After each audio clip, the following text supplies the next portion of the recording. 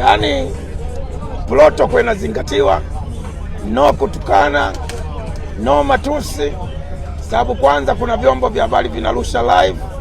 Channel ile iliyotokea Dar es Salaam nilikuwa kwenye motion ya kumpigania Mwenyezi Mungu, kumtetea Mwenyezi Mungu kwenye kuchukizwa na Usodoma na Gomora. Kwa hiyo ile haikuwa bahati mbaya wala haikuwa ni ulevi, bali hicho kitu nilipanga kufanya. Lakini kwa sababu kuna vyombo vya habari vimeshaniambia nisitumie maneno makali, kwa hiyo hilo haliwezi kujirudia tena. Lakini ujumbe kwa Mlimani City ulishafika.